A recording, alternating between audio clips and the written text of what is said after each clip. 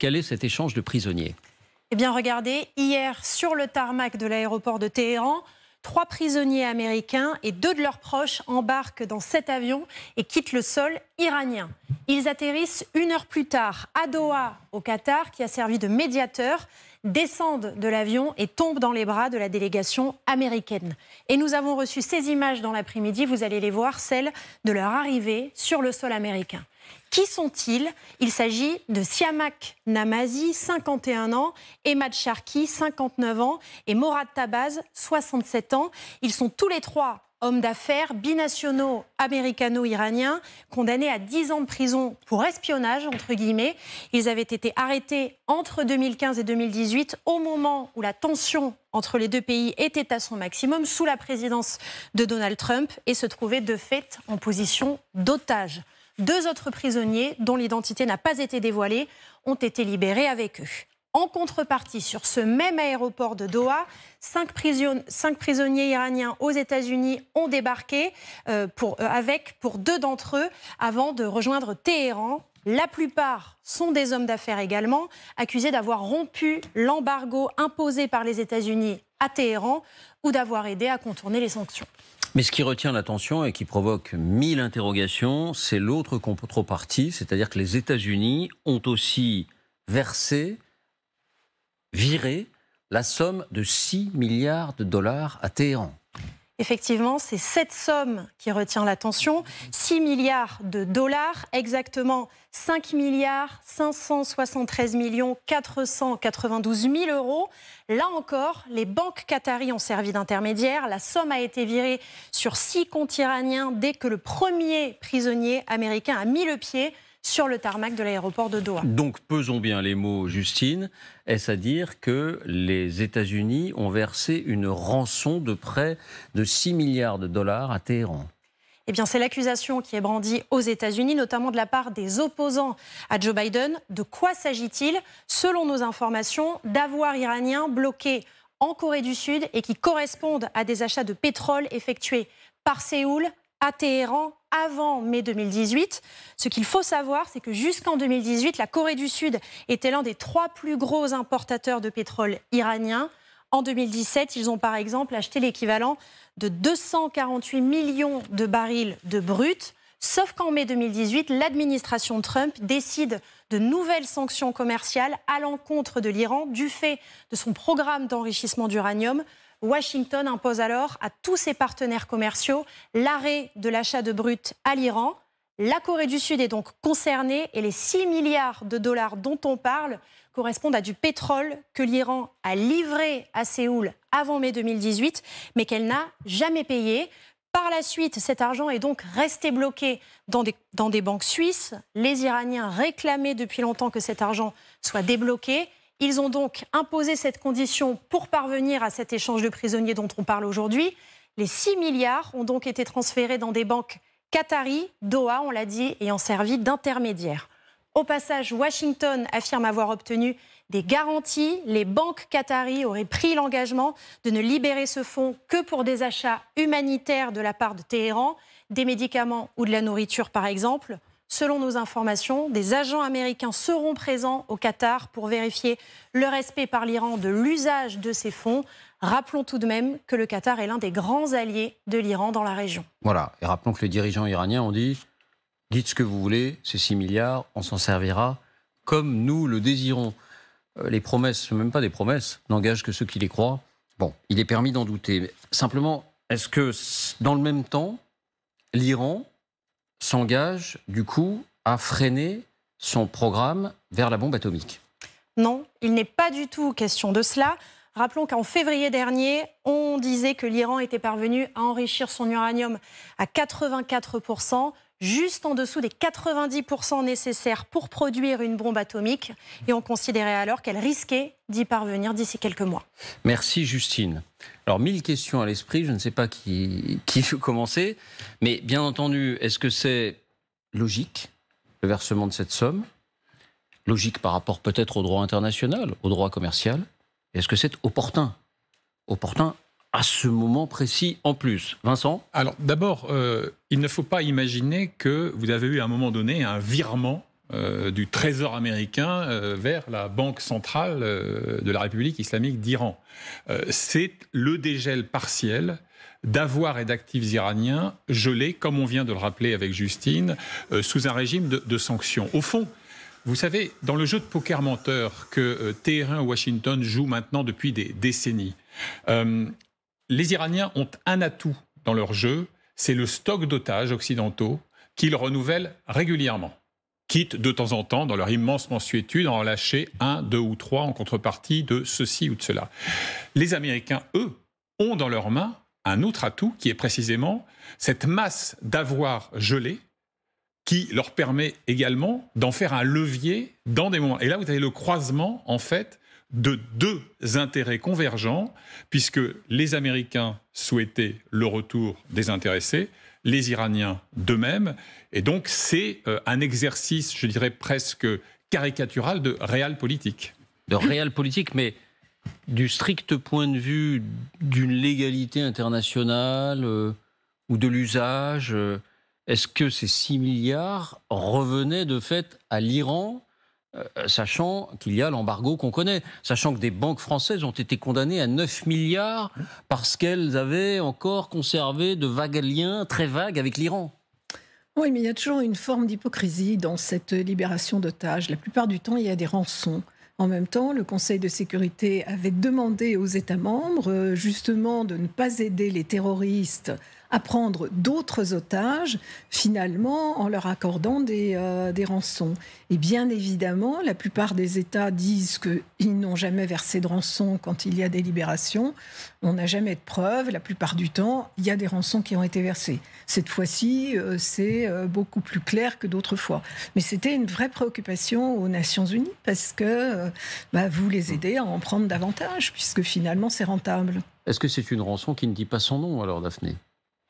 Moi, j'ai tendance à la catégoriser comme telle, effectivement, parce que ça donne quand même des moyens supplémentaires à l'Iran. Allons voir comment ils l'utiliseront et quels seront les contrôles.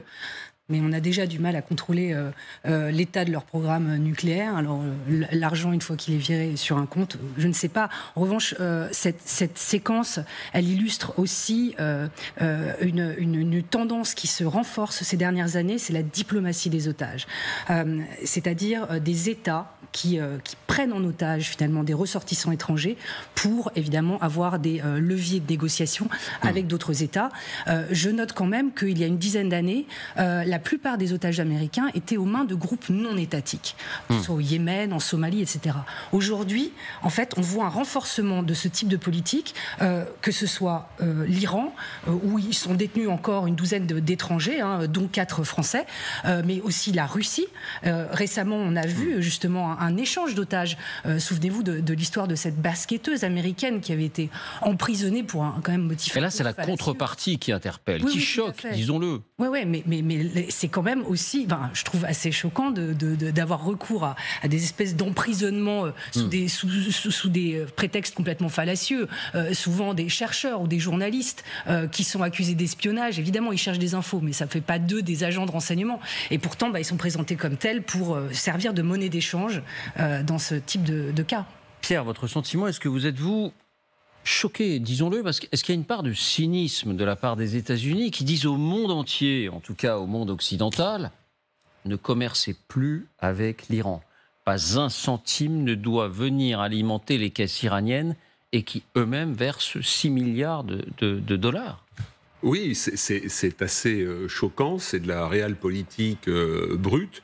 Et on considère toujours qu'une démocratie, quand elle négocie ce type d'affaires avec des dictatures, on l'avait vu avec la Russie, on avait estimé que l'échange contre Victor Bout, que les Américains, Vincent, je me souviens, sur ce plateau, avaient trouvé que l'échange, et il avait raison, les Américains auraient pu obtenir d'autres otages contre la libération de Victor Bout. Et là, c'est pareil, c'est un échange déséquilibré. On le voit aussi souvent dans les échanges entre Israël et le Hamas, où pour 4-5 soldats israéliens, les Israéliens libèrent 50 prisonniers de l'autre côté. Donc dans ces échanges, c'est toujours très déséquilibré. Donc ce qui est choquant, c'est que cette somme est très importante et que évidemment les Iraniens en feront ce qu'ils en veulent. D'autant plus que le Qatar, ça a été dit dans le sujet, est proche de l'Iran et a été tellement proche de l'Iran que l'Arabie saoudite, pendant plusieurs années, a éjecté le Qatar du Conseil de coopération du Golfe, estimant qu'il y avait une collusion avec l'Iran. Alors depuis, ça s'est amélioré, mais c'est assez choquant. Et juste un dernier mot sur le Qatar. Vous trouvez très souvent le Qatar comme intermédiaire, y compris pour la France, dans d'autres affaires de prise d'otages au Sahel. Et pour éviter que des rançons ne soient payées, alors là, il y a comment dirais-je, c'est pas un c'est un artifice de présentation, mais qui s'appuie sur quelque chose financièrement qui est réel, à savoir une dette que la Corée du Sud devait à l'Iran en échange d'un flux de pétrole qui avait bien été servi. Donc là, il y a une ambiguïté, alors. Un petit passe-passe. Enfin, comment dirais-je, c'est juridiquement solide, c'est un petit tour de passe-passe. Mais pour revenir à mon point, c'est que dans le passé, il est arrivé pour que la France ou d'autres pays, l'Allemagne, etc., puissent dire, la France notamment, je pense à la France, à certains cas particuliers, nous n'avons pas payé de rançon. En fait, le Qatar dédommageait les preneurs d'otages et ça permettait de dire, nous, on est nickel. Donc ces affaires-là sont très problématiques et Daphné a raison. Il y a comment dirais-je, une approche terroriste de la prise d'otages pour négocier, et ça va aller grandissant. Et moi, ce qui m'a beaucoup frappé dans le sujet de Justine, et puis pour avoir travaillé sur le sujet, c'est de voir depuis quand ils étaient emprisonnés, les otages américains d'origine iranienne.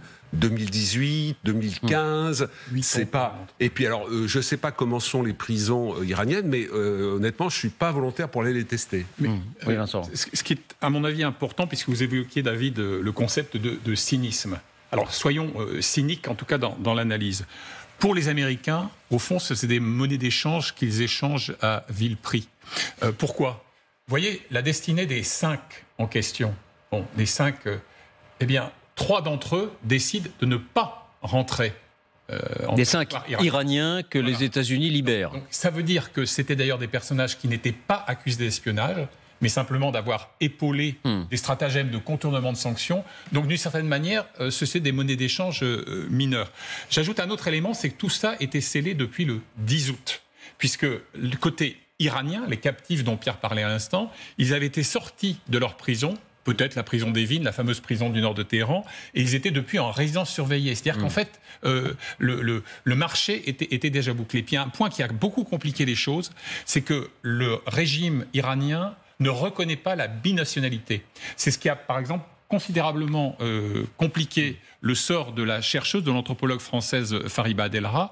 Et on évoquait là à l'instant avec Daphné la douzaine d'Occidentaux. À l'heure où nous parlons, effectivement, il y a encore en fait 5, puisqu'il y en a un dont l'identité n'est pas connue, il y a encore 5 Français qui sont détenus par l'Iran. Et donc, ce sont, le cas échéant, des monnaies d'échange pour des arrangements ultérieurs. Et vous voyez la France verser des milliards d'euros pour récupérer ses otages ? Non, parce que, à ma connaissance, elle n'a pas le même levier que les Américains sur le gel des avoirs. En revanche, il pourrait y avoir d'autres formes de transactions qui ne passeraient pas nécessairement par un virement bancaire. Je vous montre une image et on écoute une déclaration.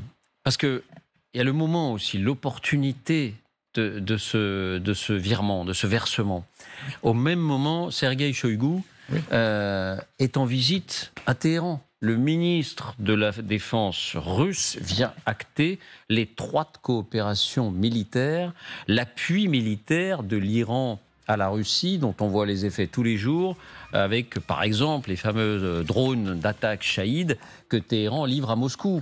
Donc on est vraiment au moment où l'Iran choisit un camp dans cette guerre qui est l'opposé des États-Unis, et d'une certaine manière, la déclaration qu'on va entendre, celle d'Anthony Blinken, donc le chef de la diplomatie américaine, il reconnaît d'une certaine manière que, et je ne sais pas s'il faut rapprocher ça des élections américaines dans 14 mois, il reconnaît que la vie d'un Américain n'a pas de prix.